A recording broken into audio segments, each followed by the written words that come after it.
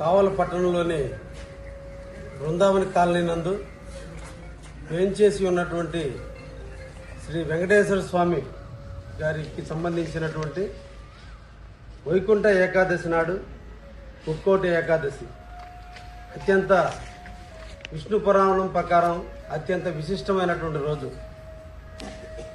కర్మేంద్రియాలు 5, జ్ఞానేంద్రియాలు 5 కలుపుకొని 10, ఏకాదశి అనేది 11గా మనస్సుని దానికి లగ్నంగా మన ప్రసిద్ధి చెందినటువంటి రోజు. ఏకాదశి నాడు ఉపవాసం ఉన్న, ఏకాదశి నాడు ముఖ్యంగా విష్ణుని కొలిసిన, వాళ్ళ దశావతారాలను కొలిసిన చాలా పవిత్రమైనటువంటి భావన ప్రజల్లో ఉంటుంది. అందుకనే ముక్కోటి ఏకాదశి నాడు విష్ణు యొక్క ఉత్తర ద్వారం ద్వారా దేవుణ్ణి దర్శించుకుంటే అన్ని రకాల శుభ ఫలితాలు అందుతాయనేది మన సనాతన ధర్మం మనకు నేర్పింది.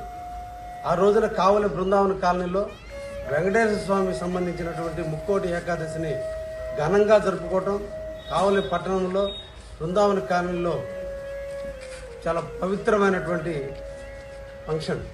దీన్ని అందరూ కూడా తిలకించండి, అందరూ కూడా దేవుని యొక్క కృపకు పాత్రలు కమ్మని చెప్పి కావలి నియోజక ప్రజానికాన్ని అందరినీ కూడా కోరుకుంటూ బృందావన కాలనీ వాసులు దీన్ని నిర్వహిస్తూ అందరికీ కూడా దేవుణ్ణి ప్రజల ముంగిటికి తీసుకొచ్చినటువంటి బృందావన కాలనీ వాసులందరినీ కూడా ప్రత్యేకంగా అభినందిస్తూ ముఖ్యంగా ఈ యొక్క దేవస్థానం నిర్వహిస్తున్నటువంటి శ్రీరామ్ మాలాద్రి గారు నియమనిష్టలతో పవిత్రమైన మనసుతో వారు చేసేటువంటి ఒక సంకల్పం చాలా గొప్పది. అటువంటి వారి నాయకత్వంలో జరిగేటువంటి ఈ ఉత్సవంలో ప్రజలందరూ కూడా విరివిగా పాల్గొనాలని ఈ సందర్భంగా కోరుకుంటున్నారు.